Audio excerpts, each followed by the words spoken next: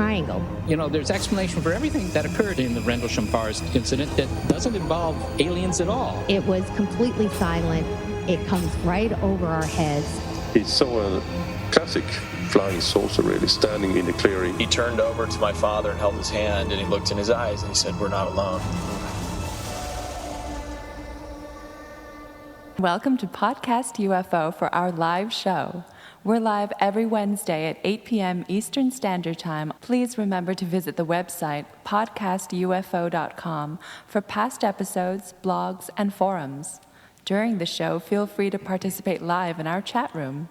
And don't forget to like us on our very active Facebook page. Hello and welcome to the show. I'm Martin Willis, your host. And if you're watching live on YouTube, or on YouTube at all, you can see that I'm in studio with a guest host, Donnie Goslin. How you doing, Donnie?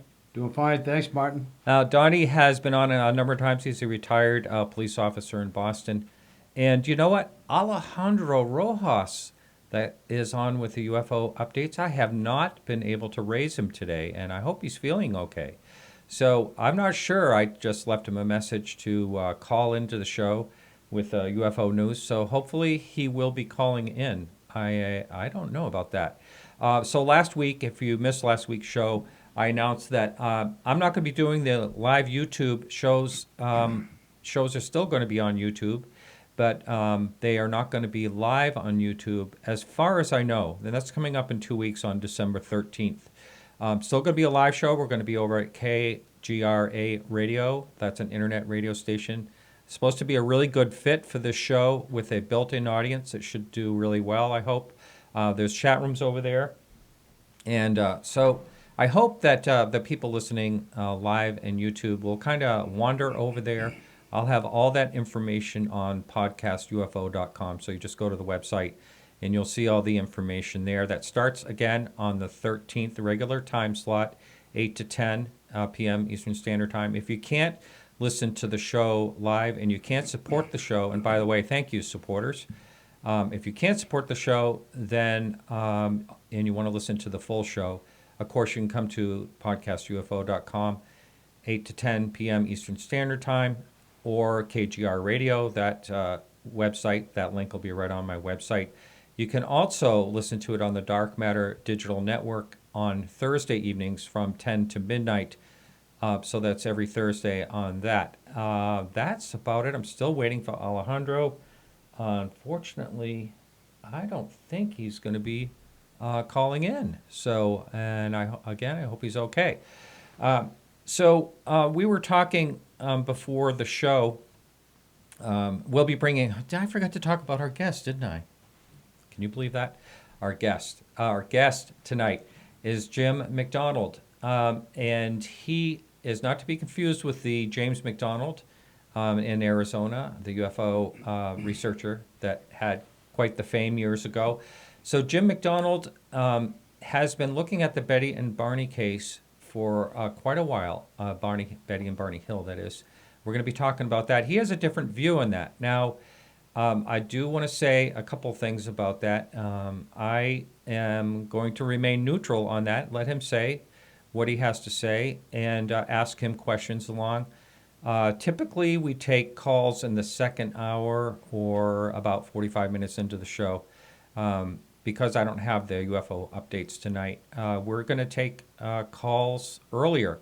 So if you want to write this down, if you have a question for our guest as he goes along, that number is 603-967-4030. And if you're calling from another country, just add a 1 to that, 603-967-4030. And also, if you want to use Skype, that's fine as well. And the Skype username is Marty Willis. I don't like to be called Marty, but anyway, that was available. Marty Willis, MartyWillis. So I think that's it. And just remember, we have 2 more shows on YouTube. I will be posting on YouTube, and I think I can only do video on my end. I don't think I can do video on the guest's end, so it might be a little bit boring. But anyway, you can check that out, see if we can progress and figure all that stuff out. So our guest, Jim MacDonald, again, he has his own thoughts on what happened back in 1961.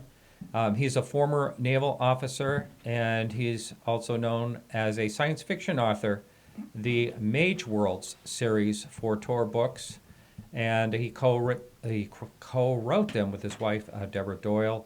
He's also a professional magician, and it's funny. I know a number of magicians that are kind of skeptics because they think that everything can be faked or is an illusion. So we can talk a little bit about that. And he's also been an EMT for the last 20 years. So, Jim, welcome to the show. Well, yeah. Hello, Mark. Yeah, hi. Hi. How are you? Okay, I'm not getting your audio. Hello. There you are. Okay. Yeah. Yeah. Okay. Well, here I am. Here you are. Let's hear a little bit about yourself, and then what got you interested in the Betty and Barney Hill incident in the beginning. In the beginning, I read about it when it was first being published. I am that old, and I remember, I remember the '60s, which means I wasn't really there. People tell me. So, anyway, eventually, I moved to Upper New Hampshire, where I live in Colebrook. And one day, back in the mid-'90s, I was standing in my kitchen, reading the Union Leader, like you do, and there was a brief story, maybe 2 column inches, about a fellow who had just seen a unidentified flying object in Franconia Notch just the previous week. And I said to myself, Franconia Notch, I remember something about that. And so I looked up the Betty and Barney Hill story. I got a copy of John Fuller's book. And I said to myself, wait a minute. Why are 2 different people seeing the same thing at the same place? What's up with that? And I recalled also, I've driven up and down Route 3 many, many, many times, all hours of the day and night, and all kinds of weather conditions. I said, there is a light that you see. And I followed the story of Betty and Barney in John Fuller's book, and the light on the top of Cannon Mountain matches exactly what they what they reported. It matches exactly the movements of their UFO and which side of the car it passes down and all the rest. I said, maybe, just maybe, this guy in the mid-'90s and Betty and Barney back in '61, they were just seeing a light at night and misidentified it. And that's my thing. And now I don't know what you're going to do with the other hour and 50 minutes. Hour and 55 minutes. Yeah. I'm sure it goes a bit deeper than that, because if that was all you had, then you have a lot of different theories on this. And about the light, I understand what you're saying about the light, because I used to live in Colorado, and there was a lot of lights in the mountains there. And it did seem like as you were going along, like the light kept going along, but it was just that it was at a long distance away.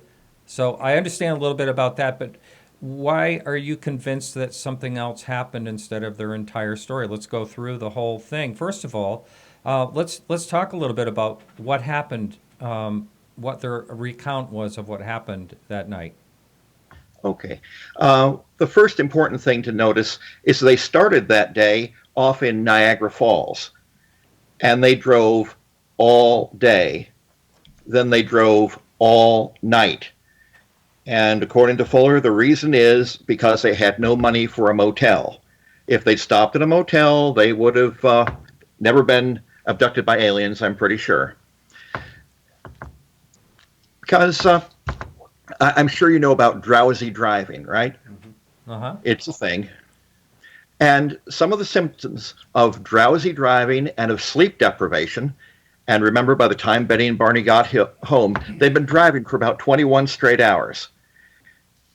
One of the signs is a feeling of lost time. One of the symptoms is that you can't remember the last several miles you drove.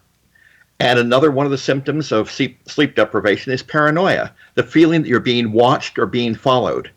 And Betty and Barney had all of those things. So combined, nearly, I have no idea how long truckers are allowed to drive straight through. Perhaps your other guest, the police officer, knows that. It's nowhere near 21 hours. It's quite a bit less, and it's very and it's very well supervised, at least at this point in our history. Logged in books, yeah. Yeah, it has to be. Yeah, they have to log in where they sleep, how long they're down, how long they're driving. And I'm pretty sure that 21 hours is not inside that ballpark. So we've got the missing time, which is one of the big things. We've got we've got the feeling that they're being followed, feeling they're being watched. That's another sign of sleep deprivation. And we've got the unable to remember the last several miles driven. Another well-publicized, well-known sign of drowsy driving. Now, is this scientifically, these tests, are, where are you getting this information? Well, the National Drowsy Driving Organization brochure that I picked up at the town hall about don't drive drowsy, things like that. Drowsy driving. Yeah, I'm sure they exist. I don't claim to be any kind of expert on drowsy driving, but I am able to read a brochure from the highway department. Yeah, I think what Jim is saying has the ring of truth to it, because I've noticed a little bit of something about sleep deprivation, and there are scenarios that are documented where people begin to hallucinate, and they believe that they see things. For example, Navy SEALs and Green Berets, when they undergo their training, they're intentionally deprived of sleep. And there have been tales of special forces guys or wannabes out lost in the woods where they see fairies and God only know what else they see out there. But there's a ring of truth, at least to the sleep deprivation part. I think we can agree on that. Yeah, but there's quite a bit more to the story. So how do you piece the other pieces together? Okay. Go ahead. Okay, well, let's go through this. We have a time tick when they stopped in Colebrook, which is my current hometown, where they're leaving the restaurant at about 10 p.m. and heading down Route 3. Later on, Fuller says that they're approaching Franconia Notch at around 11. This is impossible. This cannot be done. So if they were getting that approaching the mountains, approaching the notch around 11, that tells me that their watches had already stopped by that point. So the fact that the next day their watches didn't work, that had already happened long before the UFO even showed up. So, how long does it normally take from the two stops you're talking about? Between Colebrook and Franconia Notch, around an hour and a half, and that's with the modern road straightened and leveled. Right, and with a modern vehicle as well. With a modern vehicle with modern headlights, as opposed to a 1961 vehicle. I don't know if there's anything you could look up, but if I recall correctly, headlights were a lot dimmer in those days. Right. It's a 57 Chevy Bel Air, I think they were driving. So let's get into other parts of this story. And first of all, it was something that they didn't come out with. They didn't go public with this. Am I right about that? That's true. I have no idea how it eventually came out. It was after they'd talked with a psychiatrist, if I recall correctly. I believe that Betty and Barney were completely honest, absolutely truthful, good people. I don't believe that they were fibbing or making things up. I believe they're telling us exactly what they remembered. What I don't believe, though, is that what they remembered is what actually happened. So I think that we've got a case of drowsy driving plus misidentification of a common object, which over time and with the hypnotic regression led them to a fantastic story. When a psychiatrist does treatment on a person, they aren't looking for absolute truth. They're looking for the psychological reality rather than the yardstick and stopwatch reality. Okay. So now I remember talking with Kathy Martin, Betty's niece, and she said that there were concentric marks on the back of the vehicle. There was a lot of things, but in details, they had some type of encounter, according to them, and you think this is all, even though they both had great detail about it, you think it's all driven by sleep deprivation. Is that what I'm getting? Yep, sleep deprivation and misidentification of a common object. We don't know how long those marks had been on the back of the trunk, do we? We don't know if that they were there a week before, and only now that something weird has happened are we looking at the car and, oh my goodness, here's something weird. If I recall correctly, they checked these marks on the trunk of the car by running a magnet, running a compass by it, and the compass needle deviated, proving that they were radioactive. I don't know how to tell you this, but that doesn't measure radioactivity. Right. It measures whether or not the compass was near an iron object, and a 57 Bel Air is pretty darned iron, if I remember correctly. Right. Yeah. But also relate to the magnetic properties of an object as well. All right. Now, what about? I think there's Project Blue Book. Yep. What about that aspect of it? Well, way back in the 50s and 60s, and again, I'm not speaking as any kind of expert. I'm not claiming to be any kind of expert. There was a big question about what exactly the Soviet Union was up to. They were supermen who were 10 feet tall and had all kinds of super science. Remember that there was a question whether or not the Russians were using remote viewing to be able to read secret documents. So the CIA got some telepaths to see if they could do it too, because nobody knew whether it was real or not. So there's strange objects flying around in the sky. Are they Russian super science craft? We've got to check it out. So Blue Book, from the fact that it's got a two-word name, we know it's a classified project. And from the fact that the name has nothing to do with what it's all about, classified project. So I'm sure it's been declassified by now. What did Blue Book have to say about it? Of course, the U.S. is going to investigate any report of a flying object because it could be a Russian. This close encounter, Betty and Barney, took place back in '61.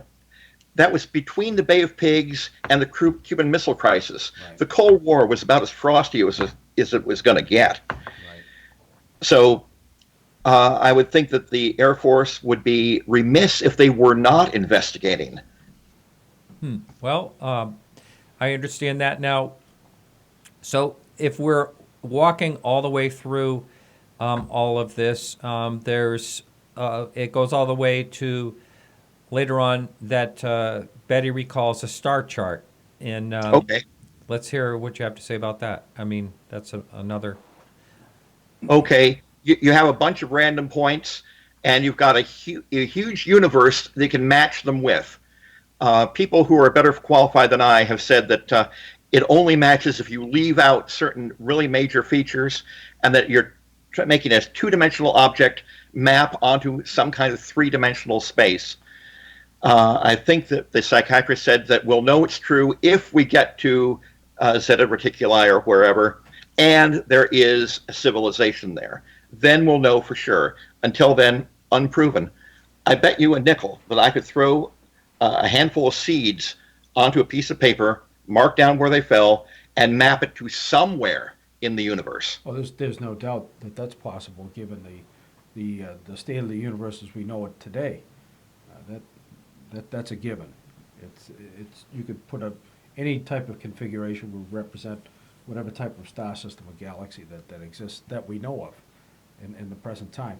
But the part that gives me the trouble about this, Jim, and I'm coming at this from a police perspective, and I've dealt with hundreds of witnesses in my career.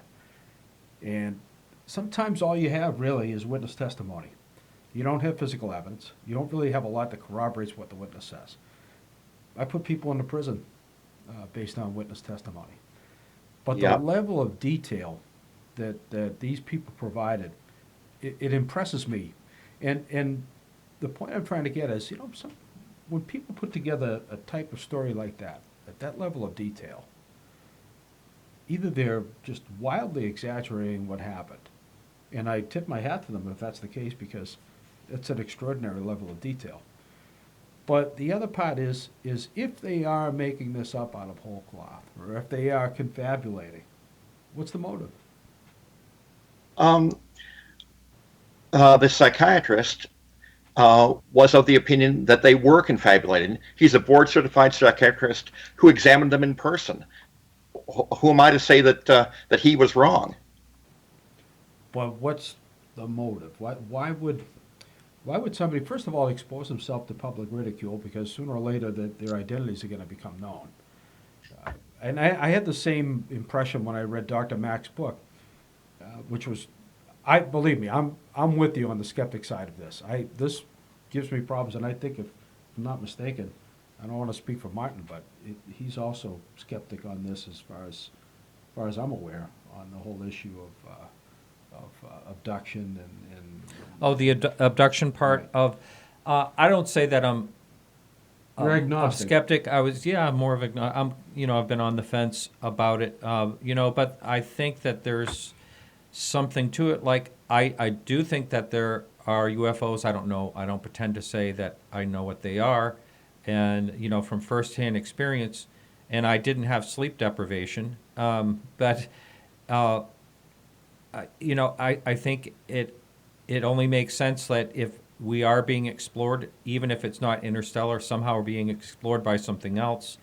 A logical thing is to take samples and to test things. So I think it's, that part of the abduction, and there are some abduction stories. I've always thought this was a pretty solid case. There are some other abduction stories that I think are very solid and very interesting. That have no explanation. And, later on in the show, we can talk a little bit about that, what you think about other things, Jim. But for right now, I want to say that if anyone is out there and they want to call in, I'm taking calls early. So you can call. That number is 1-603-967-4030. Callers are welcome to call in. Just make sure that if you're calling in, you have your volume down on what you're listening to the show live. What about the things that happened to them during this supposed abduction, Jim? Other people have said that the similar things have happened. You don't think they're just copycats, do you? I mean, people in, say, other countries. Hold on, Jim. Actually, we have someone calling in right now. Oh, good. And caller, can you hear me? Welcome to the show. Yes, I can hear you. Hi. Oh, is this Kathy? Yes, it is. Hi, Kathy. How are you? I'm doing well. Who is this? This is Martin. And welcome to the show. Thanks for calling in. So we have Kathy Martin on the line. Jim, have you ever spoken with her? I've exchanged some posts on some comments in a blog post. Yeah. All right. So, hey, Kathy, go ahead. I'd actually like to hear what you have to say to the show. Have you been listening so far? So, what do you have to say with what Jim has talked about so far? Yes. Well, I would like to correct some misinformation with regard to some of the things that Jim said. First of all, he stated that the Hills had started that day in Niagara Falls, and that is false. They had left Niagara Falls the day before that, and they spent the night in a motel 112 miles west of Montreal. So they did have a very good night's sleep. They did the tourist thing in Montreal, and then they started to drive home. They decided that they would stop along the way if they grew tired, but they had a really good night's sleep the night before, so they decided not to stop. And then they had this sighting of the craft that came in closer and closer. Now, A point that I really do want to make is that they described this as appearing to be spinning. It appeared to be lighted on only one side, which gave it a twinkling effect. They said as it glided closer, Barney was able to see inside this object, but not too closely. He did see many figures scurrying about, as though they were making some hurried type of preparation.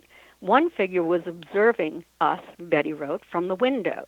From the distance this was seen, the figures appeared to be about the size of a pencil, thinking of a pencil held at arm's length, and seemed to be dressed in some type of shiny black uniform. This was quoted from the letter that Betty wrote to Donald Kehoe, the head of NICAP, on September 26, 1961. They also made an Air Force Blue Book report, and you were showing that as well.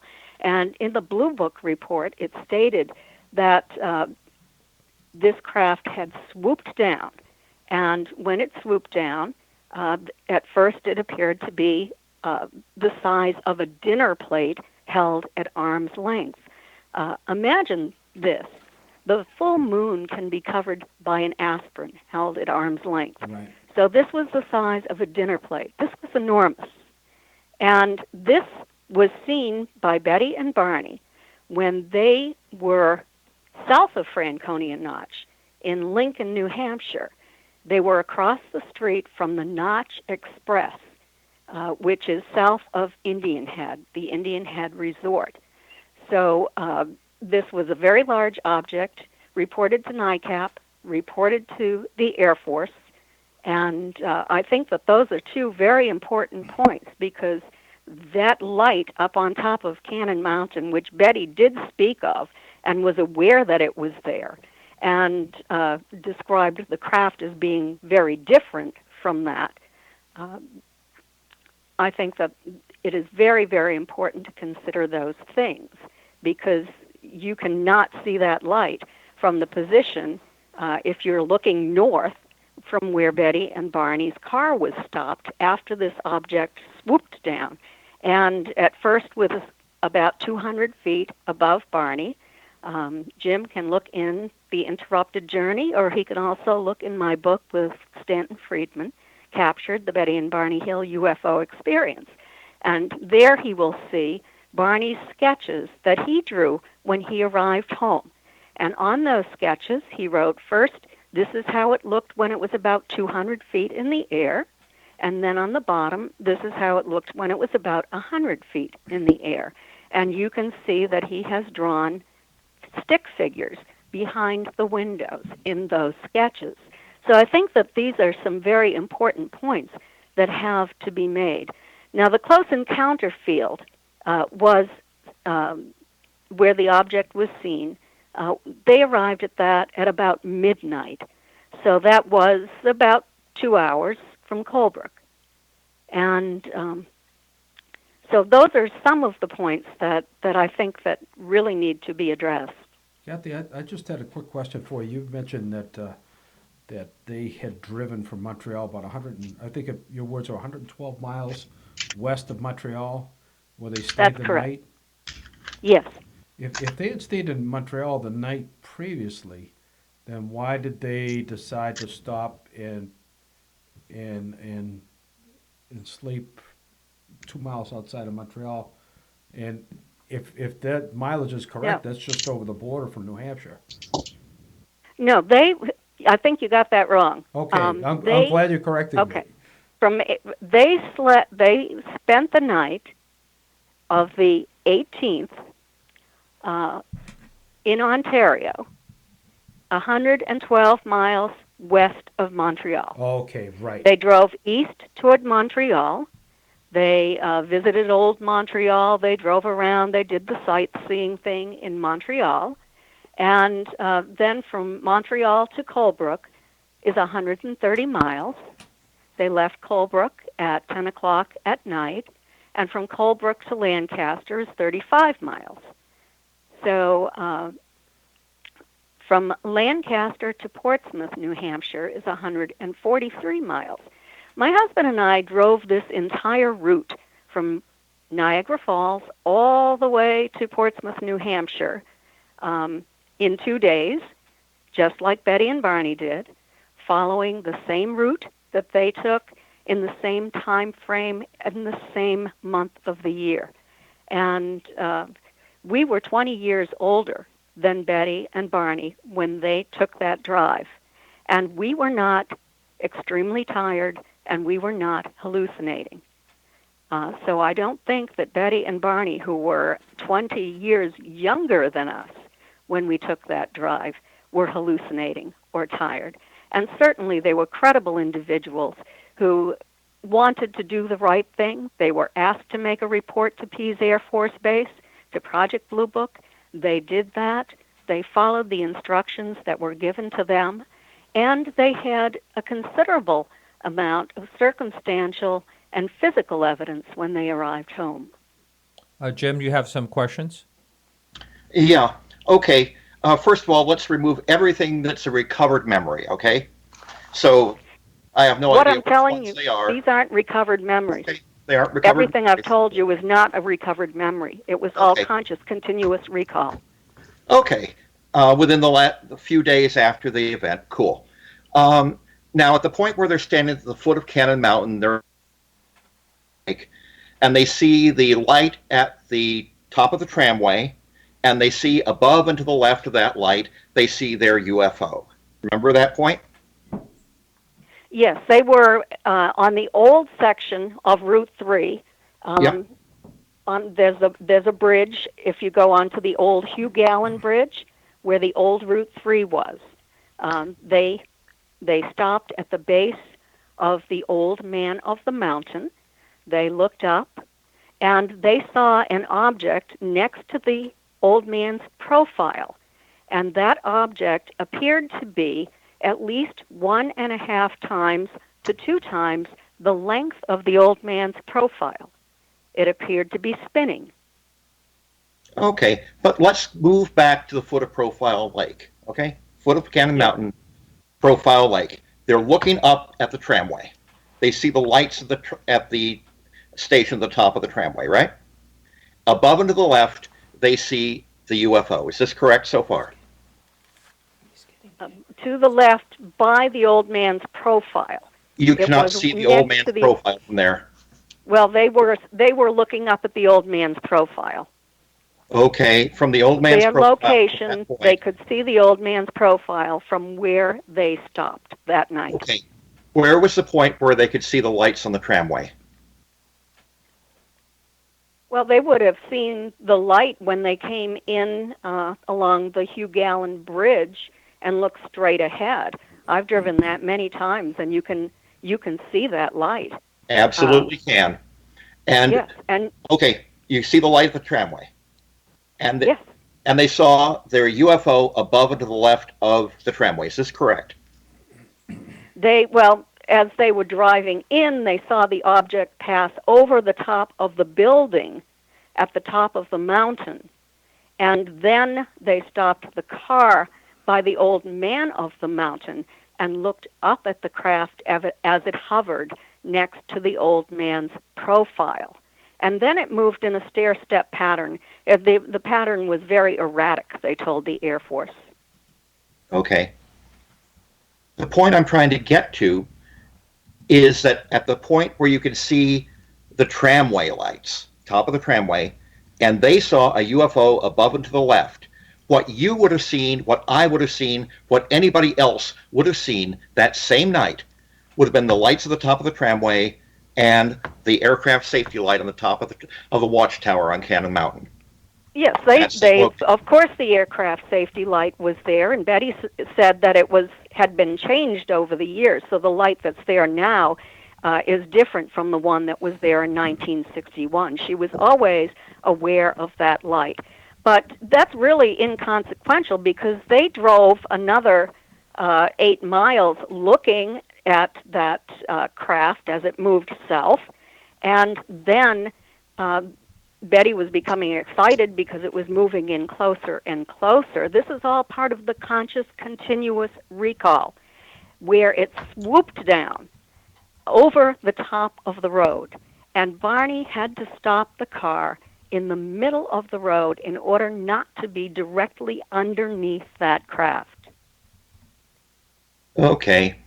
Do you know where the Notch Express gas station and store is? I do. Okay. Well, the Close Encounter Field is right across the street from the Notch Express. Okay. Route 93 was not there in 1961. I know, but there's not a lot of room between the sides of the mountains to put another road. 93 at that location is the only interstate in the United States that has 2 lanes. Right. So Route 3 and Route 93 are pretty much in the same locations where they were back in 61. Pemigewasset River has not changed its location. And no, absolutely. But 93 had not been constructed that far north in 1961. It had been. It got as far as Tilton. Go ahead. 93 got to Tilton in 61. Yes, that's correct. I have the map, a 1961 map. Kathy, right. I have a question for you, and this relates back to Jim's theory or hypothesis that sleep deprivation was involved. Do you know at what time they left their lodging on the 18th in Ontario? They left their lodging right around 10 o'clock in the morning or a little later. They had slept late that morning. They had a very good night's sleep. They had a big breakfast, and then they drove on to Montreal. So that's about, let's say that the state of the highways was pretty close to what it is. It would have been a couple of hours. Yeah, about a 2-hour drive. So that puts them in Montreal around noontime, and they were in Montreal probably until, at what time would you say? Oh, probably until 4 or 5 in the afternoon. They were leaving the city when the traffic was picking up. So Right. people were getting out of work. Right. And then they drove toward the 112 miles. I mean, the 130 miles Right. from Montreal to Colebrook. Yeah. So then to get to Colebrook, 10 o'clock, we said. So Yes. they took, what, 7 to 8, 8 to 9, 9 to 10, 3 hours to get there. Is that about right? From Montreal to Colebrook? Yeah. Well, they stopped. You have to consider the fact that they stopped at a restaurant. They were sightseeing along the way. They stopped at a really pretty little town along the way.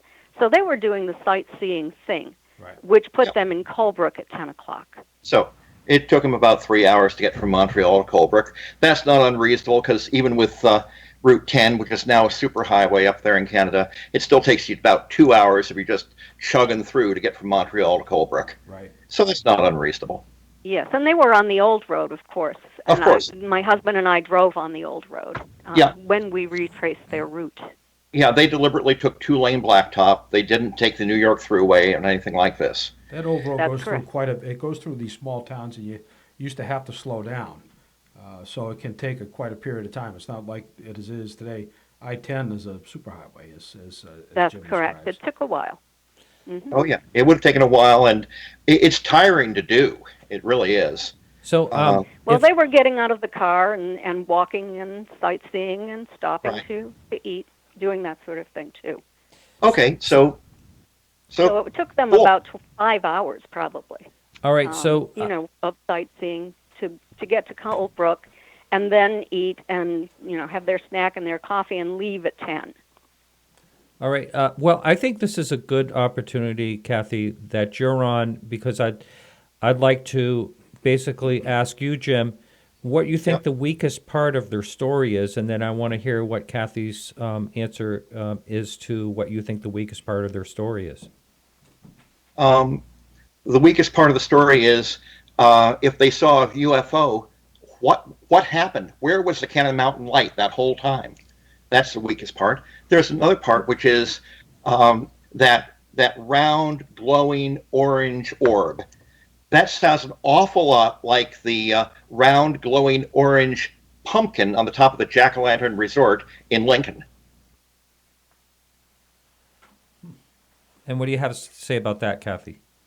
Okay, with regard to, it wasn't just a glowing orb. It was a fiery red-orange orb. He's talking about the orb that they saw that appeared to be sitting on the ground.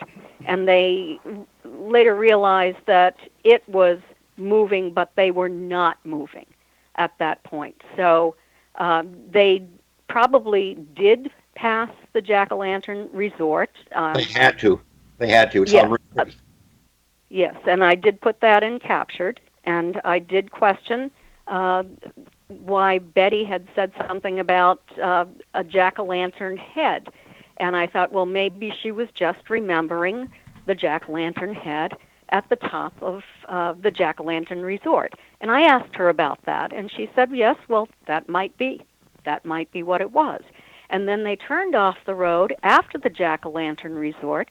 They went over a bridge. They turned right. And then, and Barney really, it seems, was not under his own control at that point. He seemed to be controlled by something. He made a very sharp left-hand turn onto Millbrook Road, which was a logging road in that time frame.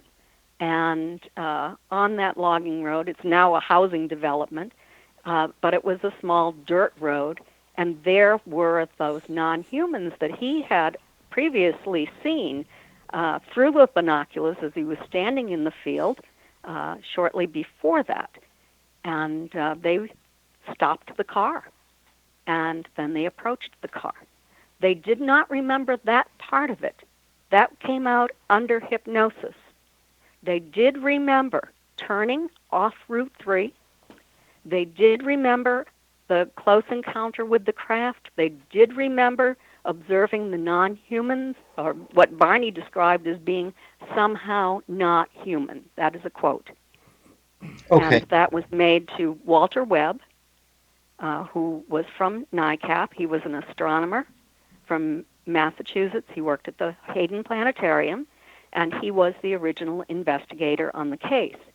He did take a picture during his investigation of Barney standing in the close encounter field, holding binoculars up to his eyes, looking up at that craft. Well, you have to imagine the craft being there based upon what Barney described.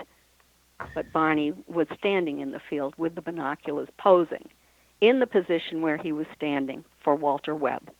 Okay. The part where they went down Millbrook Road, you said something about that being a recovered memory after that point, where they stopped down? After that point, they did not consciously, they knew that they'd gone onto a dirt road. They looked for that dirt road. They started looking in the fall after the encounter. They looked. They underwent hypnosis, and finally they ended up finding the location. But it took quite a long time for them to find that location. And what was it that they remembered under hypnosis? Well, up there on Millbrook. Yeah, under hypnosis, they recalled that they were seated in the car. The motor had died. There were figures ahead. They were talking to each other. Which is different from what was in Betty's dreams, I might say. And Betty said, "What do you think it is? Is there an accident ahead? Are we being robbed? What's going on here?" And Barney said, as they started to approach, "It's them. It's the ones I saw when I was standing in the field, looking through binoculars at that craft." And that part is recovered memory. Is that right? Yes, that part is recovered memory, where they were sitting in the car talking to each other. They did not remember that part of it. Okay. I'd like to suggest that the reason they didn't remember it was because it didn't really, in actual fact, happen. Okay. I'm going to suggest that they have confused memories of the entire trip, that the memory of the jack-o'-lantern, the point where their headlights swung across the jack-o'-lantern's billboard, just visible for a second, was a memory that The next day, they had. You can bring back memories in a lot of different ways. You can change memories. Changing memory is easy. I'm very well versed on hypnosis, all of the academic studies that have been done, and I've even become certified so that I would be completely rounded in the use of, and misuse of hypnosis and the weaknesses of hypnosis. That is why I ended up doing a comparative analysis of Betty's and Barney's statements under hypnosis in order to determine whether or not these memories that came out under separate hypnosis, separate sessions with Dr. Simon, where he instilled amnesia and at the end of each session for two reasons. One, so that they could not compare notes. The other, because some of what came out was so traumatic that they could become psychologically damaged by remembering it all at once. So those were the two reasons. Okay. With all respect, ma'am, I don't believe that you're exactly an unbiased expert in this case. I think that the fact that you are Betty's niece gives you a certain predisposition to believe the literal fact of this abduction. May I refer to a paper I've got here called Hypnosis in the Criminal Case, Facts and Fallacies, Phyllis E. Amabile, J.D., M.D., and Thomas H. Joby, M.D. I'm sure you can find it. It's easy enough. Where we read, an essential distinction exists between the psychological therapies and criminal prosecutions, a distinction which must be understood before meaningful guidelines for admissibility can be established. The historical accuracy of a person's recollections are crucial as evidence in a criminal case, but accuracy is not crucial to the course of therapy. And remember that Betty and Barney were there for therapy, not to create any kind of legal case. Moving back to the paper, the psychodynamic significance of the material is more important in therapy than its correspondence to reality. This distinction raises an important concern. Is information obtained through the hypnotic process reliable? Both experimental and clinical findings point to the conclusion that hypnotic recall cannot be considered factually accurate. I'll give you that, Jim, and I'm speaking as not only as a retired policeman, but also as a reformed lawyer.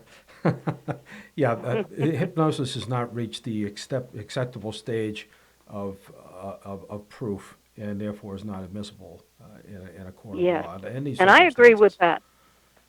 I agree with that as well.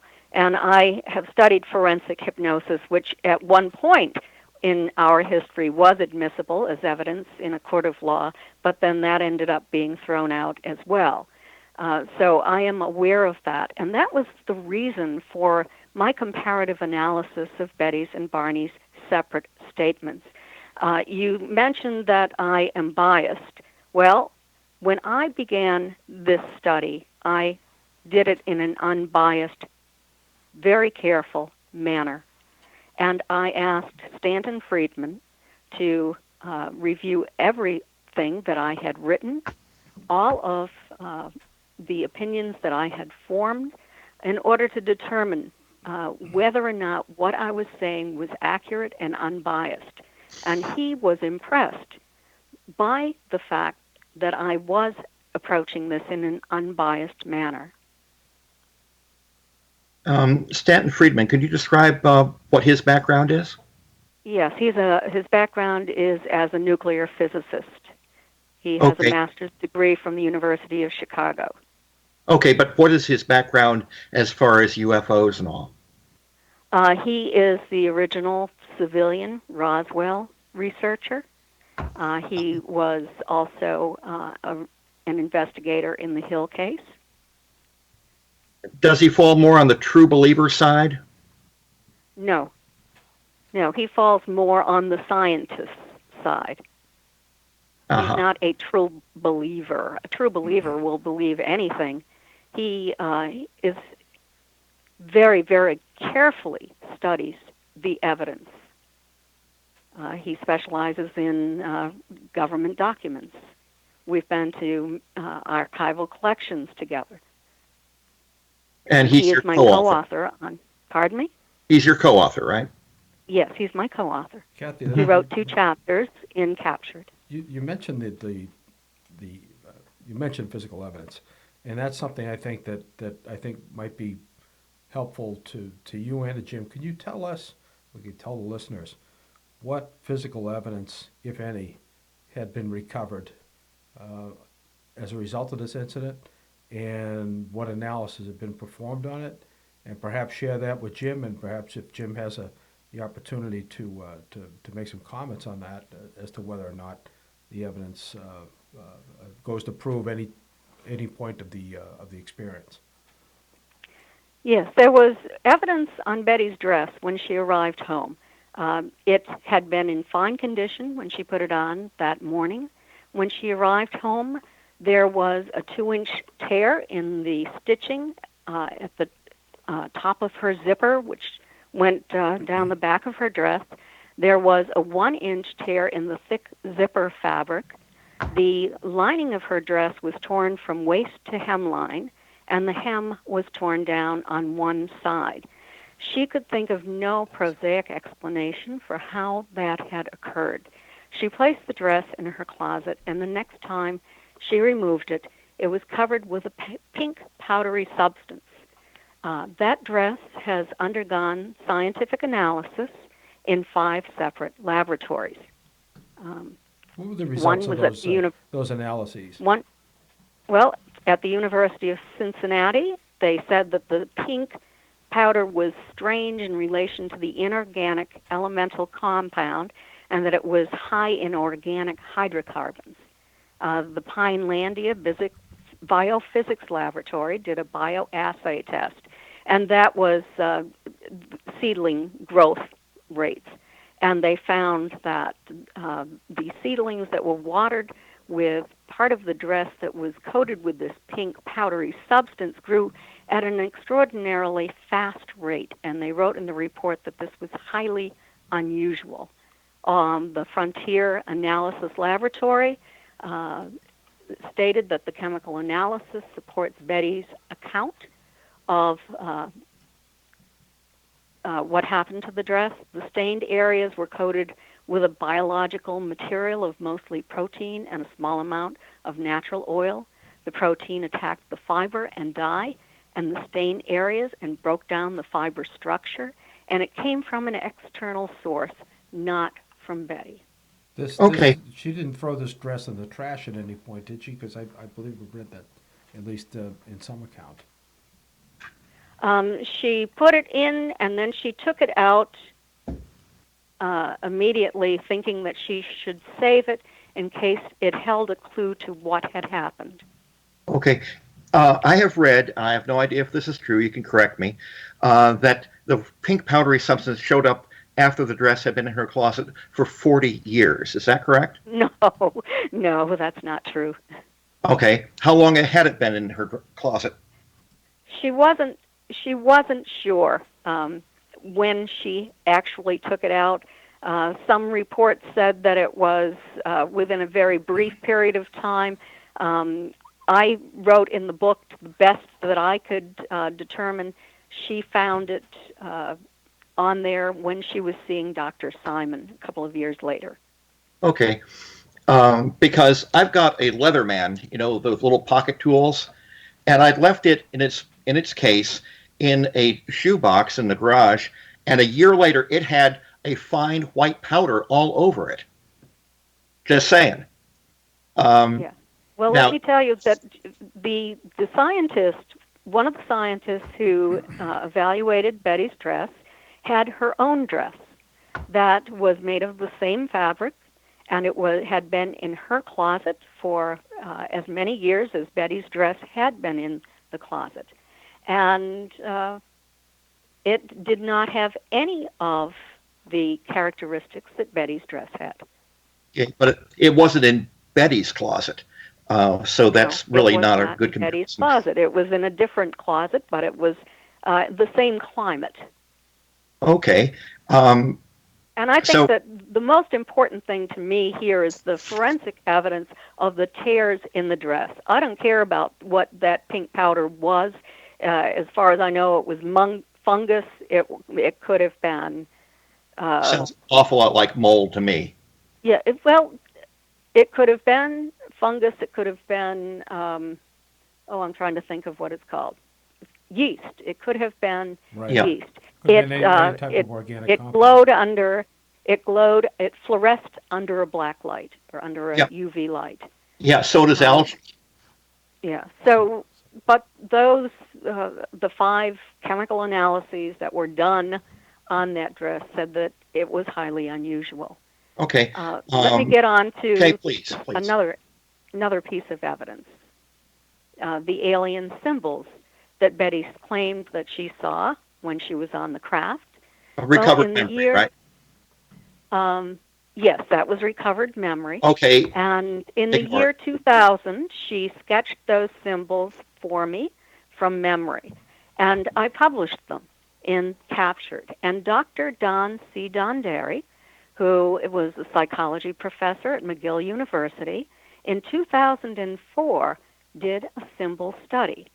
And what he did is he had symbols that were sketched by several experiencers who had gone to see the late researcher, Bud Hopkins, and they had sketched these symbols that they had observed on craft under hypnosis. And then they photocopied those all onto the same paper. They had 2 groups of graduate students. One was told to imagine what alien symbols would look like and to sketch them. The other group of graduate students was hypnotized, and the suggestion was given that they were on an alien craft and saw symbols. Well, in the end, they found that the symbols from Bud Hopkins experiencers were very, very much alike. And Dr. Donderi then took the symbols that Betty had sketched, and he stated the symbols Betty remembered and that were published for the first time in 2007 look remarkably like many of the symbols that Hopkins had been collecting since 1975. How weird. Yes. Okay, I'm going to say that anything recovered under hypnosis can be safely ignored. Well, hypnosis, and I wrote about this in my book, has been used very, very effectively for a number of things. So of course it is possible for people to confabulate. We all know that. But it has been used very successfully as well. And not just for therapy, but for memory retrieval. Yes, and in those cases, correct me if I'm wrong, but the testimony of those individuals is no longer admissible. Now, the police may use it to recover a license plate number, but then they must use other investigative techniques to bring that into court. Yes, you are correct, and that's why I have always stated that I think that the emphasis on this case should be placed upon their conscious, continuous recall of what occurred, and less emphasis placed upon what they said under hypnosis, except for those that I have, where I have done comparative analysis of their statements, and they were the same, but they were different from what Betty had written about the dreams that she had, which were another thing that came in and was Betty simply reliving a series of dreams she had under hypnosis. And so it becomes very, very complicated as we get into the study of all of this. And that's why it's so important to very, very carefully look at every little piece of evidence. And does it hold up under scrutiny, or do you have to throw that out as not holding up? And I wrote about that in Captured, and I wrote about the information that really did not hold up under scrutiny as well. Kathy, I'm going to have to say goodnight because I'm going to let other callers call in. Okay. But I really thank you. appreciate it. And do you have any parting words, either one of you?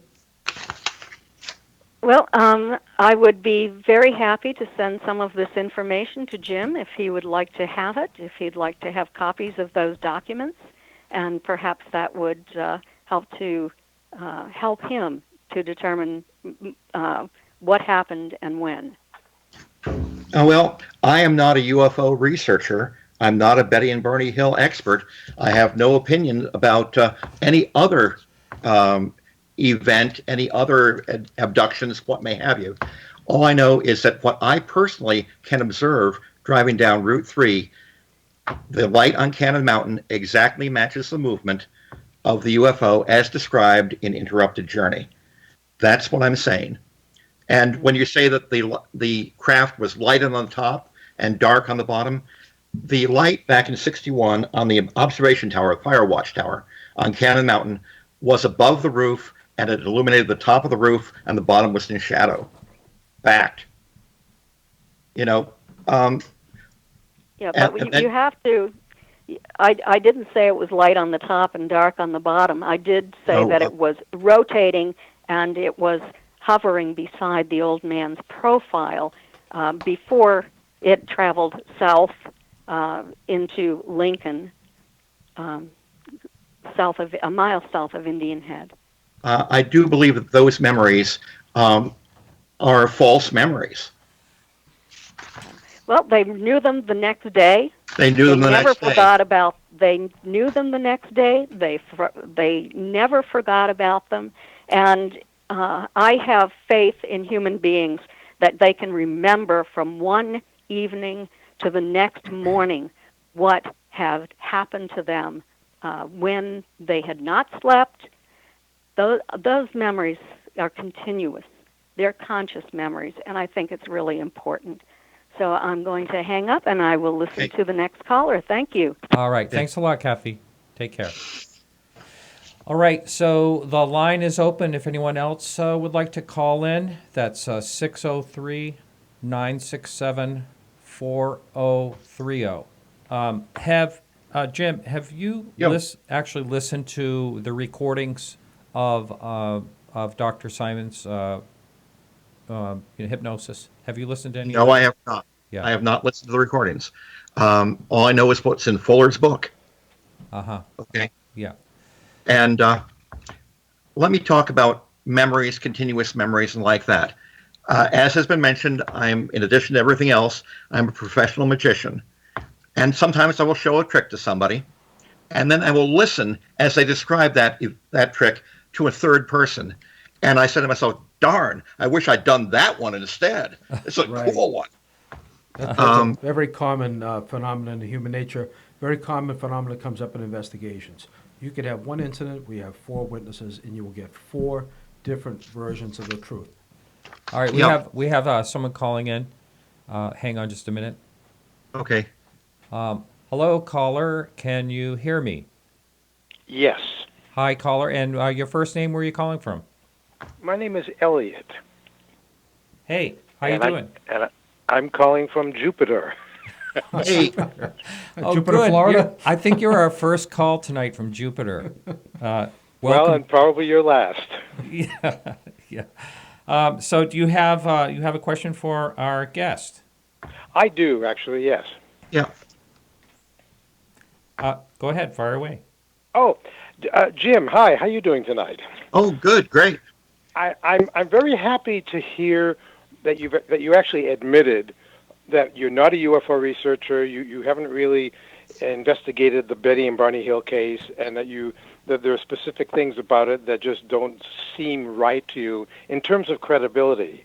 And I would ask you, because I've been listening to this conversation tonight, and it just seems like there's been almost too much nitpicking about things that aren't important, and I don't think the listening audience is being well served because they want to get more factual information. Just so you know, I've been fascinated with the Barney and Betty Hill case for over 50 years. When the public first became aware of their story in the mid-1960s, I was living in New Hampshire. That's where I grew up. And in 1967, I began my studies at Plymouth State College, just a few miles south of where the Hills had their experience in 1961. Yeah, Plymouth State. Well. So, Plymouth State, that's right. And so my my question for you, Jim, is have you actually spent a lot of time doing some really solid legwork into this case, especially the Project Blue Book information and investigation of this case? I'm really curious about whether you've done that or not. Well, no. I'm not interested in proving or debunking anything. I'm saying that I've got an alternate hypothesis which matches all the known facts and which does not involve space aliens. Okay, well, I'm not one to even say that it's space aliens. Frankly, as interested as I am in UFOs, I don't care where they come from if we're talking about the truly unexplained ones. I don't care whether they come from Alpha Centauri or another dimension or underground. I don't care. I'm just convinced, after many years of looking into this myself, that there's something really odd, unusual going on in the skies around our planet, and that there's enough credible evidence to point to that, and science is starting to be aware of that. But the thing I really want to focus in on, Jim, is the radar tracking of the UFO that night in the White Mountains. Forget about the Cannon Mountain stuff and this thing and the old man of the mountain. I'm talking about something that's tangible evidence. Okay. And there was more than one radar tracking from two different military installations, one in Vermont and one in New Hampshire. This is factual. Okay. And go ahead. Okay. Stop me if I'm wrong about this, because you have looked into it far more than I have. But the first one was at 5:30 p.m. when Betty and Barney were still sightseeing in Montreal. Is that correct? Well, as far as the timing, I do know that according to one report, and this was a research paper that was made by the Air Force, in fact, that there were, as I said, there were two separate sightings, and that they were on radar. One of them was seen or tracked in the radar installation in Vermont. It was like 7 hours prior to the Hills response or the experience, and then the second radar tracking was 2 hours after their experience from Pease Air Force Base in New Hampshire. There's weird things that happen about where those radar reports went through, and the Hills story that you probably know was included in the Air Force's Project Blue Book UFO files. Sure. And it included a reference to a radar tracking. And I'm not sure if you know this or if the listeners don't know this, but I can also kind of put all of you on the right path if you want to kind of look into this yourself, because this is really amazing reading. In 1974, a research paper was written by Air Force officers, and they submitted it to a thing called Air University at Maxwell Air Force Base in Alabama. And the paper was titled, "Should the United States Air Force Reopen Project Blue Book?" And that paper was written just 5 years after they closed Project Blue Book in 1969. And there were two Air Force writers that were involved with this research. One of them evaluated evidence that justified closing Project Blue Book, and the other officer looked at evidence that would support reopening a new investigation. And their extensive story, or their study, concluded that a new UFO investigation was necessary, and it should be handled by science and not military. Well, and so, within the pages of the report, and I know this only because I went out and I found the report, and I will let people know where anybody can go and see this. Within the pages of this was a detailed account of the Hill encounter in '61, and I would like to, if I can, Martin, I'd like to just read like one little quote from this report, okay? And it's pretty telling. And the quote is, "There's no indication that the Hills were ever contacted by the Air Force after this report was filed. This is particularly strange since Project Blue Book files show that a UFO was spotted and tracked by Air Force radar operators at the nearby Concord Air Force Station in Vermont less than 7 hours prior to the Hills sighting. Another UFO was sighted by Pease Air Force Base precision approach radar just 2 hours following the Hills visual sighting. And so the end quote. Yeah, caller, the let me jump in there for a minute because I think we're kind of a little bit confused. I don't think Concord had an air installation there. I believe, if I'm not mistaken, it would have been Burlington, where the Air National Guard is located, and the other would obviously have been Pease Air Force Base. And now, considering that is a very highly trafficked air route, where you get interoceanic flights that fly right over Gander, Newfoundland, right over us here in western Maine, as a matter of fact, and therefore right over the area where this is alleged to have occurred. What specifically was the radar anomaly that was tracked, and at what time were these trackings made?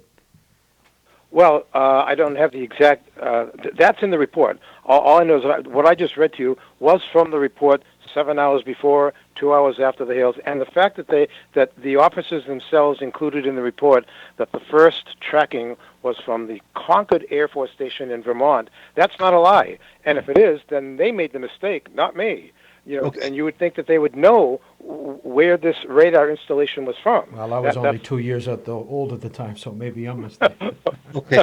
Well, yeah, I like to go with what these people should know as fact. But the follow-up part of the radar sightings indicated, and this is really telling, I think, it indicated that the Air Force took its sweet time in sending those radar reports to Project Blue Book headquarters. And according to the report, things like that would have normally been wired to headquarters really fast. But in this instance, it was snail-mailed to Blue Book 8 days after the original Hill report was filed. Again, this is just a very small portion of the larger research paper. The Barney and Betty Hill story was a small portion, but an important portion of this big research paper. The paper concluded that a UFO investigation should have continued or been reopened by the military because there were just too many unanswered and unacceptable questions about the whole subject. Now, and this is all part of it, are you familiar with the name Colonel Robert Friend from the Air Force? No. Okay. Colonel Robert Friend, now retired, at the time, he was the director of Project Blue Book at the time of the Barney and Betty Hill encounter. He has since stated many times that the Blue Book organization was useless, that it never should have been terminated in 1969, and he maintains to this day that there should be a strong new scientific investigation into UFOs. Well, I'm in favor. Yeah, during the course of my I'm glad to hear you say that. During the course of my military career, I did in fact file a UFO report. We were all pretty sure it was a parachute flare, but we never were able to locate the flare. So, it's a UFO means it's unidentified. It does not say positively identified as an alien spacecraft. Now, check me if I'm wrong, but those two radar reports also concluded that the movement of these unidentified objects was consistent with weather balloons. Yes. No, what it said was, the report actually said it could have been a weather balloon or some kind of balloon. But when you read things like that, Jim, as I've come to recognize when I read these things, that's just one possibility, and it's not hardcore. It's not hard and fast and cut in stone that this is what it was. Nope. And the problem that I have with hard-nosed skeptics or debunkers who haven't really looked into certain cases like this, I have a problem because it's too easy to say, no, it didn't happen. No, it wasn't a proper memory. No, they didn't recall it. No, hypnosis is lousy. No, this just couldn't have happened. And that borders on ridicule of a sense. And I think that the whole ridicule in this subject has got to stop. And even years after the story happened, we don't know exactly what Betty and Barney Hill experienced, but there was enough information and enough information after the sighting, years after, from the Air Force itself, who were responsible for looking into this, and they did such a terrible job of investigating it. They didn't even really investigate it. They just swiped it away, under the carpet, and then it was just gone and done with. And that has happened too many times at all. I mean, I know about, there's a man named Colonel William Coleman, who was also part of Project Blue Book. He was a high official directly under Robert Friend that ran Project Blue Book. But before Colonel Coleman began working on Project Blue Book, he was a jet fighter pilot, and he was the pilot of a B-25 bomber. And in 1955, and this is a true story, because I've talked with Bill Coleman about this before he passed on, and in 1955, he was the pilot of a B-25 bomber. They were flying over Alabama. He had a crew of 5, and they all saw this shiny thing coming down from the sky slowly, and then it turned direction, and they decided to get a closer look at it. And they maneuvered the B-25. This is a pretty big plane. They maneuvered the plane to at treetop level, and then they lost the object. They flew around the trees, almost at the ground, and then they saw it again. It was flying across, it was skimming across a field, like a farmer's field, and it was leaving some like dirt tracks behind it as it was moving across the ground. And it was at that point that all the crew members noticed that this thing was about 70 feet in diameter. It was completely circular. It had a dome on top, and it was shiny. There were no rivets that they could see. They were that close to it. And then as they tried to get really close to it, the thing just shot up in the air and was gone. This was 1955. When they landed, what did the base operations officer say about them flying a B-25 at treetop level? That is not part of NATOPS. I know. Well, I mean, when you're a jet fighter pilot and you're involved with an encounter like that, you don't always think about what should I do, what shouldn't I do. I want to get close enough to the thing. I may break a few rules in the process. Okay. You know the difference between a sea story and a fairy tale? A fairy tale begins once upon a time, and a sea story starts, no shit, guys, there I was. Okay, it's also well known that Air Force pilots' brains don't work below 50,000 feet. Just a fact. But Jim, you're saying that as a way of writing this story off. See, you did that with Kathy Martin, and you probably do that with other UFO stories. You can't continue to do that and come across credibly. I'm telling you, you don't come across. Are you trying to say that when you cross the top of the shoulder of Mount Prospect in Lancaster, that you don't see the Cannon Mountain Light? Is that what you're trying to say? I'm not saying that at all. I'm talking it's about. It's a fact you do. No, see, now you're bringing it back. What you're doing right now, Jim, and I hope other listeners are realizing this. You're employing a thing that magicians use, and I know you're a magician, so you know what I'm talking about. You're employing something that's called misdirection. You are misdirecting the attention span of myself and other people listening so that you can kind of forget what I just talked about and bring me to another area. Jim, you can't get away with that. I'm just talking about Betty and Barney. I don't know what this guy saw in 55. I don't care what he saw in 55. Well, I do, and so does the Air Force. And apparently they were so concerned about what he and the crew saw that when the crew landed, all 5 of them independently wrote reports of exactly what they had just encountered, what they saw. Those reports were then sent to Project Blue Book headquarters. Hey, cool. And, okay. But the rest of that story is years later when Major Coleman became Colonel Coleman and was one of the people in charge of Blue Book, he decided to go look for those reports. He wanted to look them over again, and they were gone. They were nowhere to be found in the Project Blue Book files. So my question is, what the hell happened to this stuff? And why? Who's making these decisions? And what are these decisions based on? If it was nothing that they chased, if it was the planet Jupiter or the moon, there should be no problem. But the reports were gone.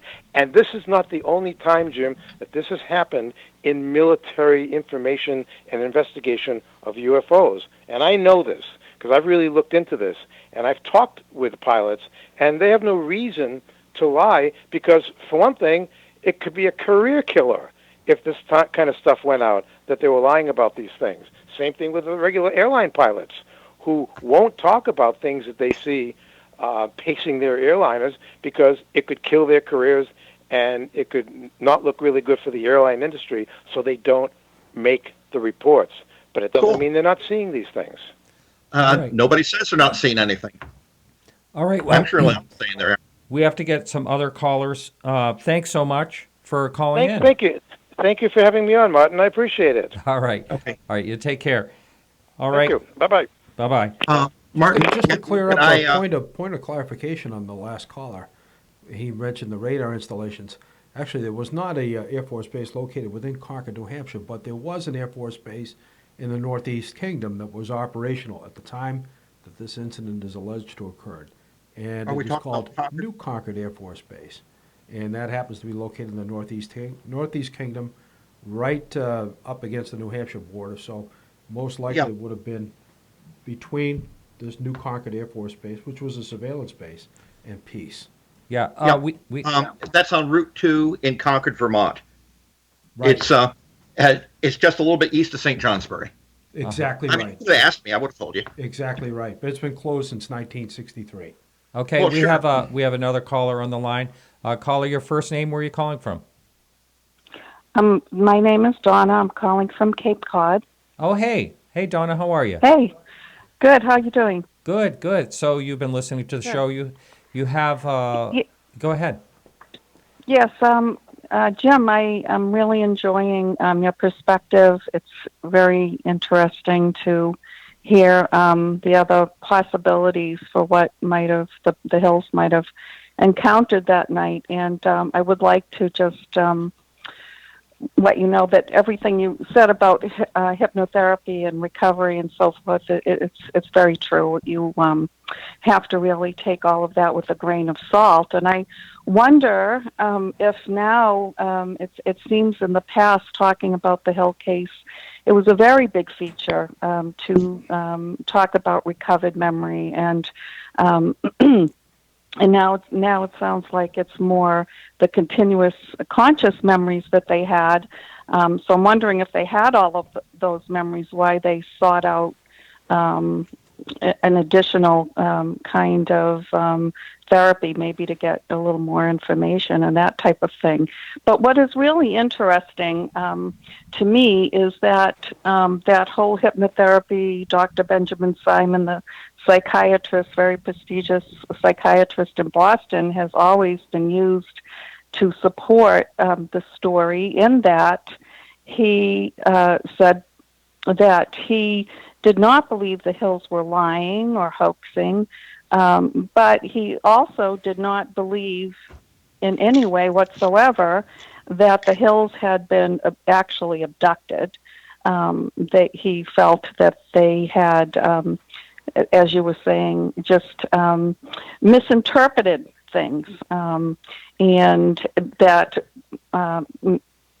Barney in particular had some psychological issues, and proposed that what had happened is they had misinterpreted maybe some of these things, and it had turned into this story years later under hypnosis. But he did not believe that, he didn't believe in aliens or flying saucers or anything like that. And so that's really kind of an important feature.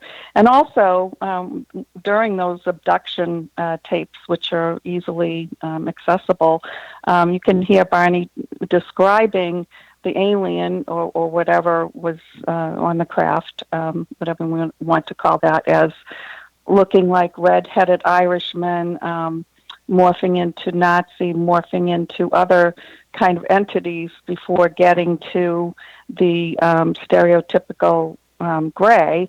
So that's rather an interesting feature as well. And I was hoping that Kathy could talk about why Benjamin Simon, clearly did not believe that this was an actual abduction, what her take would be on that. And again, thanks very much, Jim and Martin. It's an interesting show. And I'll hang up. So, Donna, just one thing on that. Really, if you think about it, there had been no precedent for this that was known. There is one abduction case someone claims back in the 1920s or something like that. But there's really nothing, that came before this. So I can totally, looking at it, devil's advocate in that way. How would say that? Go ahead. Right, there would be nothing to compare it to say, oh, this is like the other abduction case because this was like the first. Well, it really wasn't the first one because, there were a bunch of people in the 50s that we don't talk about anymore that were abducted and going here, there, and every, to other planets. So it wasn't real. Yeah, the contactees. I mean, whatever we want to, call experiencers or whatever. They're people that are taken elsewhere, by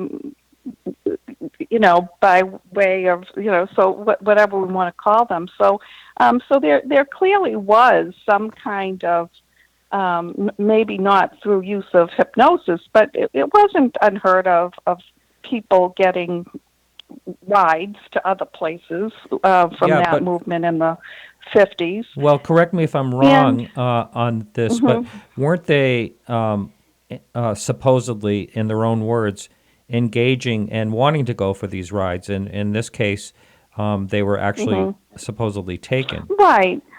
Oh, they were only similar in that it wasn't totally outside of culture, the popular culture to have people being, taken or going, voluntarily or not being transported. So that wasn't, the first time. It was the first time, I think. I might be wrong, but I think it's the first time that hypnotherapy was used. There may have been some military cases, but anyway. But not only was Dr. Simon, so even if you say, well, no one had heard of this was ridiculous, so he would have nothing to base it on. He was also using his clinical skills to, having heard the entire, again, a very accessible, if you hear some of these tapes, he was basing this on his clinical skills of other issues that may have been involved on a psychological level, and that's what you would expect. I mean, that's what he was not there as the test this, as is this a test for truth. His role in this actually, I believe, was his role in it, like, I'm sorry, I lost my train of thought there for a second. His role was really, I think, to help them deal with some of the anxiety. It was more of a treatment kind of thing, was my understanding from talking to him in the 70s, that he was, helping them cope with some the dreams and the discomfort that they were having. And so that's what his role was. But the therapeutic, his opinion was that there were some stressors and things in their marriage, and not so much between them. It was more of the, the time period and what was going on. They were very, very involved in civil rights and so forth. And so he thought it had to do more with that. So it wasn't just, I don't believe in UFOs. It was like, I can see where these symptoms are coming from. So that's just another piece. Okay. A therapist's role is not to prove or disprove what somebody is thinking, because I can't, you say you're happy, you're happy. How am I going to disprove that you're happy? You say I whatever. His role is to facilitate, and his role is not to believe the physical fact, but to believe that they believe it. Mm-hmm. So that's what your therapist is doing. And there have been other high-profile things with hypnosis and regression. We have the case of Michelle Remembers, where we have a little girl in later life who remembers under hypnosis being horribly abused by a satanic cult. Even though other researchers who have looked at it discovered that during the time when she was supposed to be in a cage and beaten every day, and watching a doctor cut a body into parts, put it together, attach electrical cables, and bring it back to life, all this stuff, that she had not missed a single day of school. Right. There is the potential for false memories and this type of thing, and that is why it doesn't hold up in court, and because you need other corroborating evidence in addition to whatever. And it did seem, at least to me for a long time, that this whole, part of hypnotic regression was a big part of the case. And to find out that the therapist, didn't at all think that was the actual experience is, interesting. Don, let me ask you this. You've listened to the show, obviously, all the way through. You heard the two callers, Kathy Martin and the other caller, and their what they presented on this case. If you removed the hypnotherapy, what do you think about Jim's idea of, Cannon Mountain and sleep deprivation and all that? Do you think that falls apart after listening, or do you think he's making a point? No, I think he's making a point, and one of the reasons is because I lived in Bethlehem, New Hampshire for 17 years and went through the notch very regularly and was tricked every single time at night by that light. And I never put it together, even though I was a big follower of the Hill. I am a big follower of the Hill case and have been since it was first brought to public attention in the 60s. A couple of years, I guess, after the actual event had happened. But I was tricked every time. And after I had... So basically, the radar information is interesting, but also is that light and the glowing orange ball. There not only was is the jack-o'-lantern resort that had a jack-o'-lantern head on it, but there was also a billboard along the highway. And I'm imagining at night, without any lights and so forth at that time, headlights picking up that in the distance would look like it was a big, giant, glowing orange ball. Sure, with windows.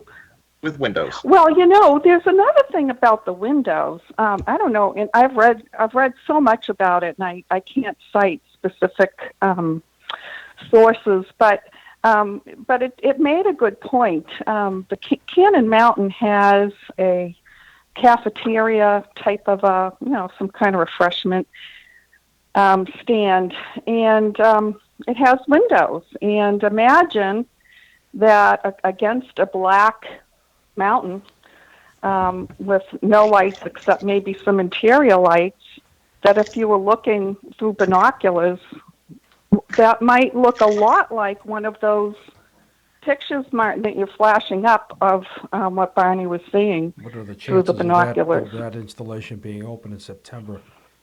I don't think it was open.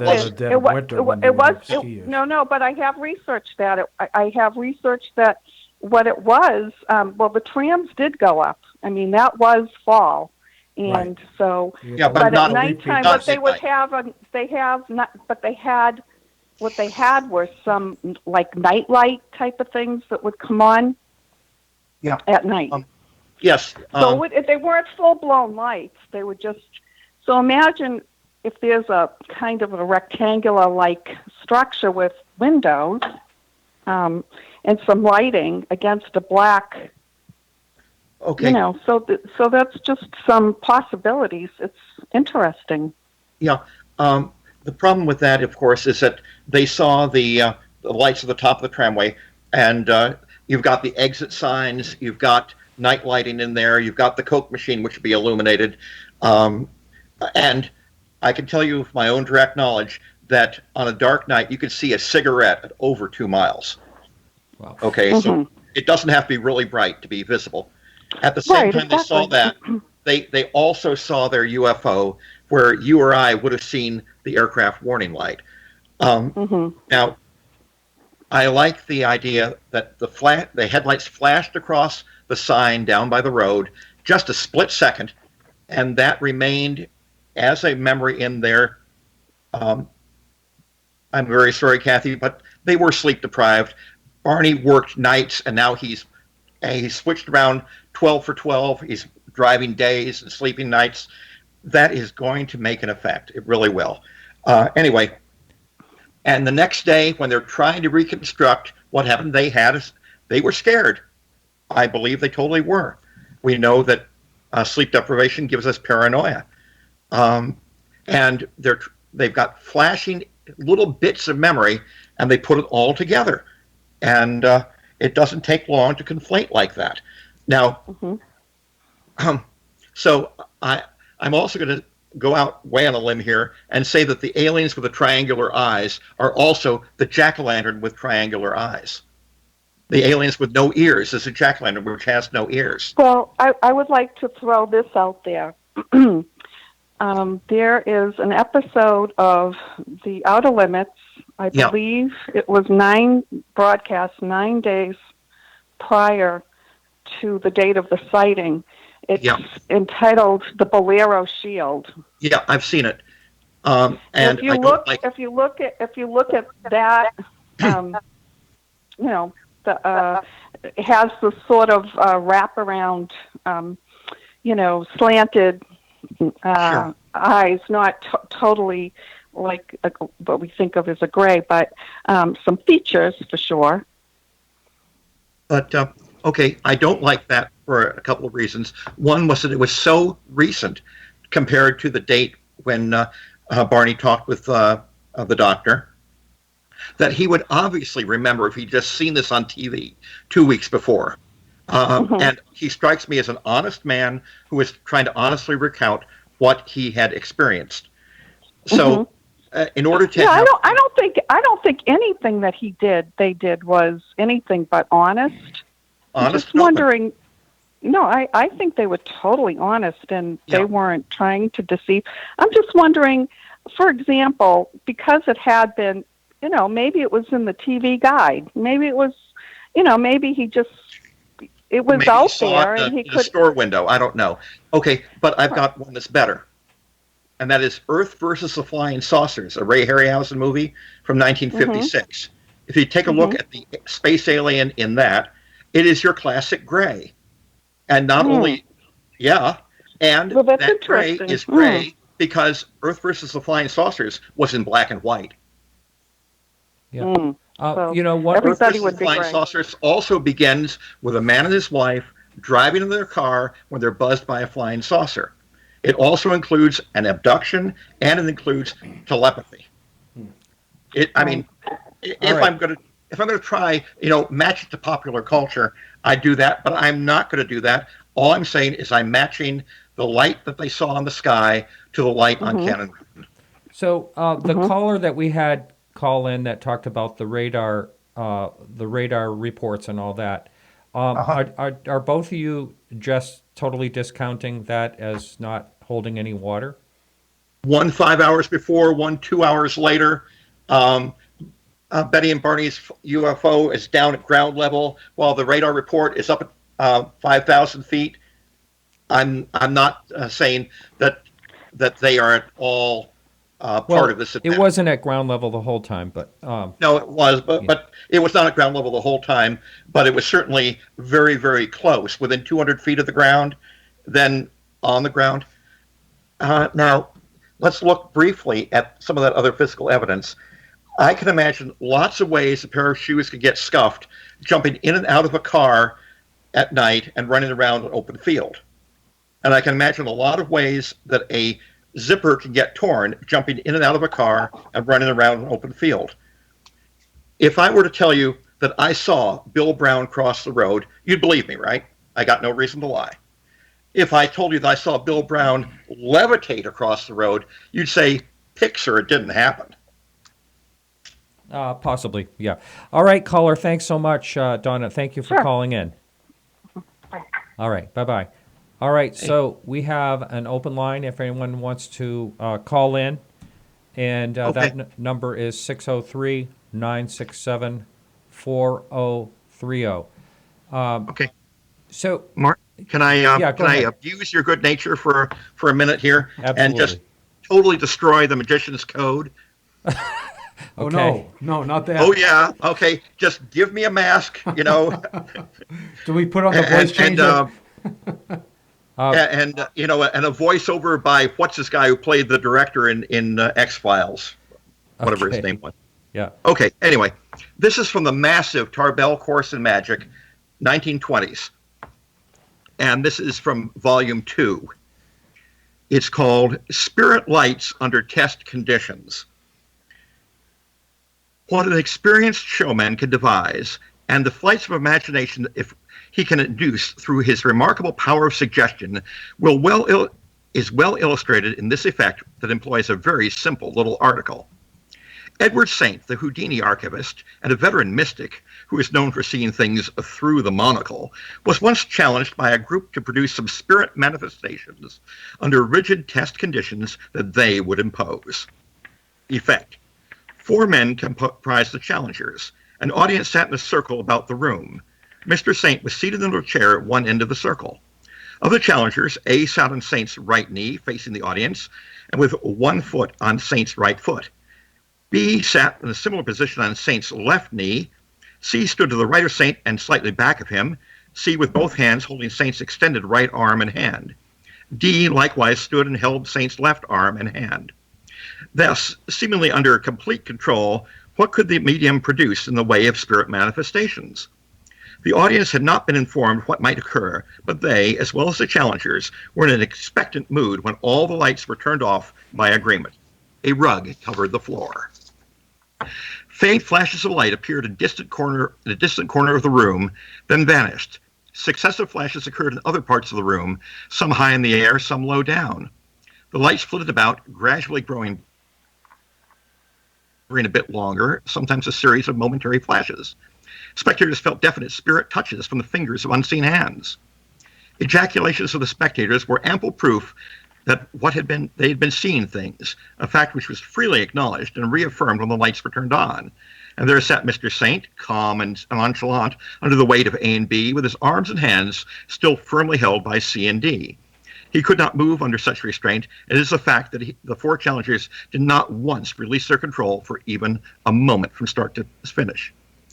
Paraphernalia. 1. One luminous locator button, such as sold for attachment to electric light pole cords, etc. 2. 5 or 6 lead pellets or BB shot. To perform. The mechanical part of the secret is apparent from the paraphernalia mentioned, but the showmanship and patter are responsible for the seemingly room-wide travels of the lights and a certain amazement on the part of the challengers who never saw any of the lights at any time, despite the fact that everybody else saw them. Just before the time set for the seance, Mr. Saint exposed his luminous button to brilliant light and placed it in his mouth, concealed from view when he talked. The BB shot were also concealed in the mouth. He saw to it that A and B faced the audience as they sat upon his knees, and that C and D were a little back of him as they held his arms, so as to not to obstruct the view of the audience any more than absolutely necessary. Thus, A, B, C, and D at no time could see into Saint's mouth, since the luminous button remained in Saint's mouth at all the time. It explains the inability of the challengers to see the manifestations. They would have discovered the secret if they had been able to get a glimpse when the light was made to appear, by the mere opening of the mouth. Mr. Saint's pattern during the seance was designed to create the impression that the lights were in all parts of the room, especially at points far distant from him. Such was his showmanship that the spectators afterwards swore that they saw lights all over the room, whereas the only light ever visible was the tiny luminous bulb in Mr. Saint's mouth, and it, of course, appeared in only that one spot. His pattern ran something. Yeah. I'm losing my good-naturedness. I'm sorry. Okay. But that's a point well taken, though. That I get what you're going at, but Okay. I just didn't. And we also have a caller on Okay, as well. a caller. I love callers. But I understand where you're going with it. It's just that it was taking what I consider Way too long. a little bit too long. But Yeah, and that's even a short description. Anyway. Yeah. All right. Hey, caller, your first name, where are you calling from?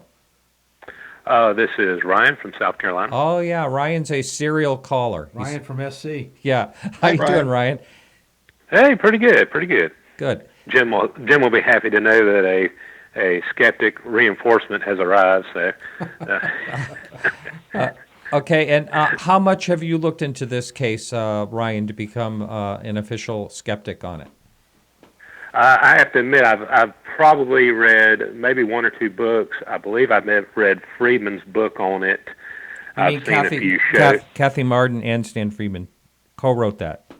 Oh yeah, yes, and also seen some shows on it and this and that. By the way, before I ask my question, I would like to follow up on a caller before. I believe it was Spiegel who called back in. He said Robert Friend had said this and that, but about Blue Book, Blue Book not being adequate. But I'd also like to point out that Robert Friend also said that there was no cover-up anywhere that he saw. He said if there was one, they were very successful in keeping it from him. I'd like to say that.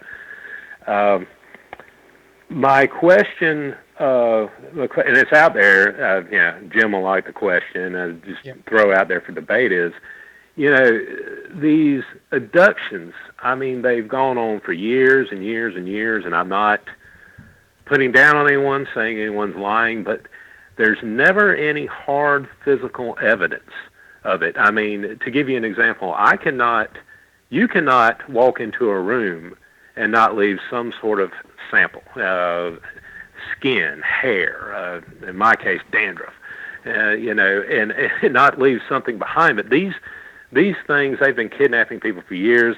They never come back with anything. Doesn't that strike anyone as just a little, I don't want to say impossible, but very unlikely? Well, that's the theory of transfer, and it's very well known in criminal investigations that you enter a room, whether you're breaking into a house, whether you're going to commit a homicide, or whatever type of crime you're going to do, you're going to leave a trace, whether that's DNA, whether it's blood, whether it's, as you mentioned, hair, fiber, all of these different things. And that was my focus back on the dress, and I was quite interested in the dress, and I don't think the dress was quite conclusive in any form. I'm certainly not convinced.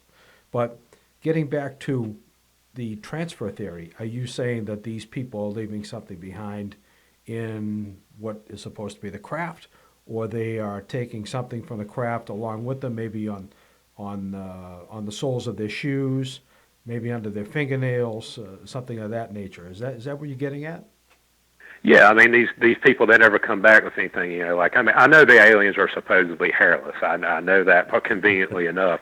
I mean, no skin, no blood, no nothing. I mean, just, they never, I wish the aliens would kidnap a kleptomaniac so the guy would pickpocket something off a dashboard or something and come back with something. But it just, this many kidnappings, you would think there would be something at this point. I think the problem that you run up against in having served a period of time in, it's probably very unpleasant to discuss, but sexual crimes, is that a lot of times the victims will wait before they make a report.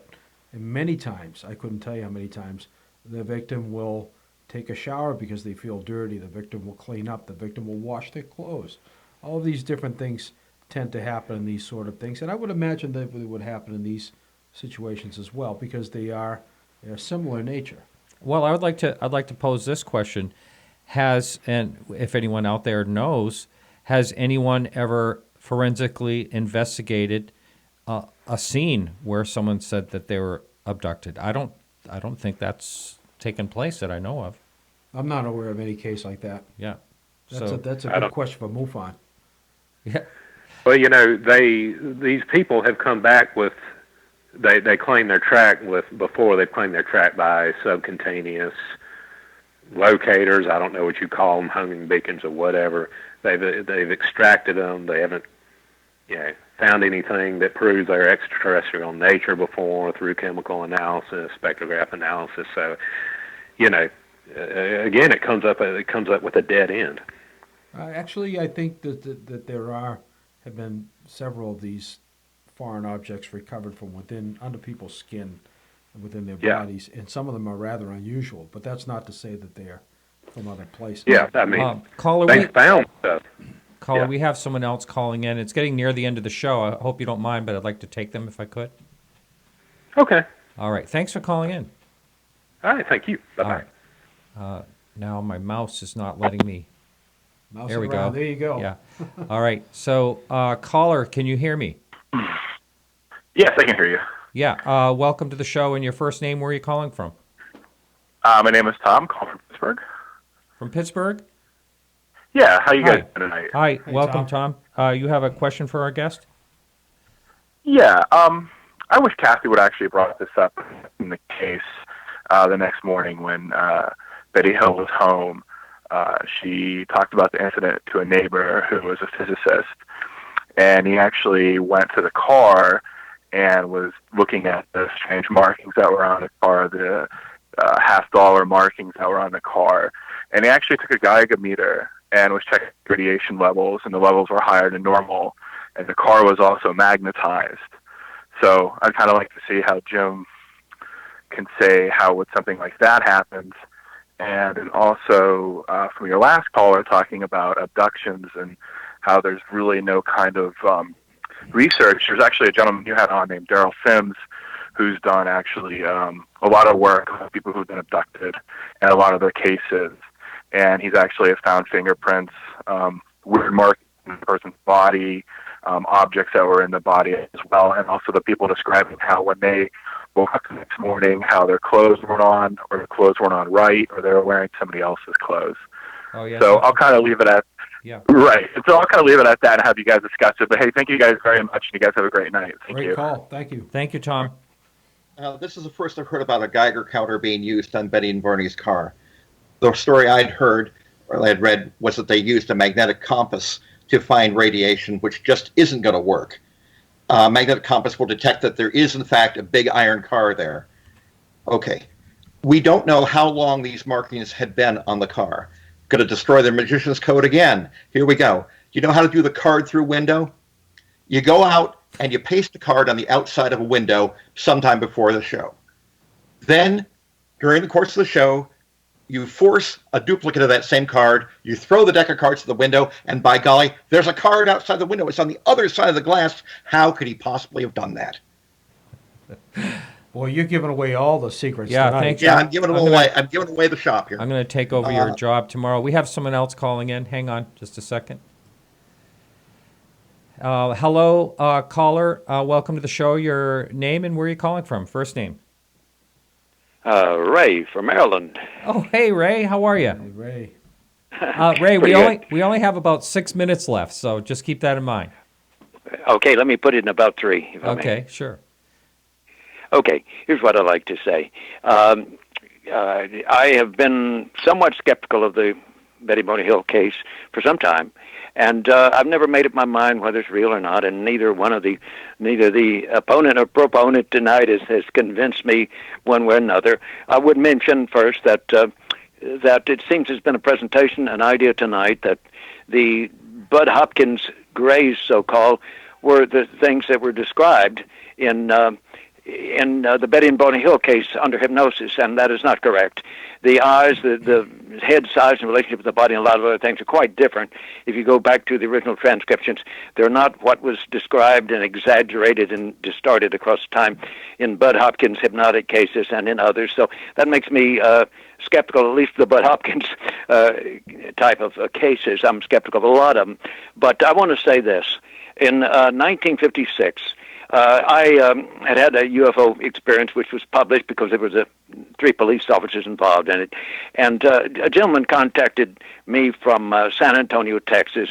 He was in his mid to late 20s. His father was a was a retired Air Force general. And we'd talked about this, and he asked my opinion. Well, I was naive then, and I believed the hoaxes of George Adamski. And I said, well, they're probably friendly space brothers from the other planets. Well, of course they weren't.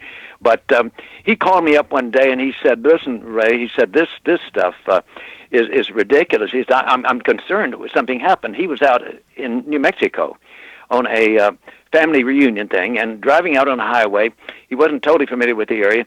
All of a sudden, in broad daylight, there was a dome disc in front of his car as he was moving. He said, Ray, I don't know how it got there. But all of a sudden, he said, it was about 2 hours later, and he was on the side of a road at an unknown place. It took him a long time of driving to find somebody to tell him where he was, how he could get back to where he had intended to go. But the interesting point is he was driving one of those beautiful little MG sports cars with a beautifully curved back and downward fender. And he said, Ray, if you think this is something in my imagination, he didn't talk about abduction or aliens. He said, I want you to come to San Antonio and look at what happened to my car. I went there, and the fender he said it had been dropped down, that there was a sensation of dropping. He woke up, and it was dropped on the road, and he was jarred. And I looked under the fender. There was a big bump in this beautiful fender sticking up, straight up, as I stood beside the car. And I crawled under the car and looked, and you could see where obviously a rock, the shape of a rock, had just smashed in the metal there and cut the actual metal underneath the bottom through the rust and everything. So this suggests to me that something happened that we might think was an alien abduction way back in the summer of 1956. And I'll close off with that account. Cool. Oh, okay, Ray, thank you. I got no opinion on it. Okay, my pleasure. Let's get back to Betty and Barney. They're driving south on Route 3. It's late at night. They see the moon, they see Saturn, they see Jupiter. They go up the side of Corrigan Hill up to Mount Prospect. They lose sight of the moon, they lose sight of Jupiter, they lose sight of Saturn because it's a pretty darn steep hill. They cross over the crest. Now they see the moon, Jupiter, and Saturn again down to the southwest. And there's a third light.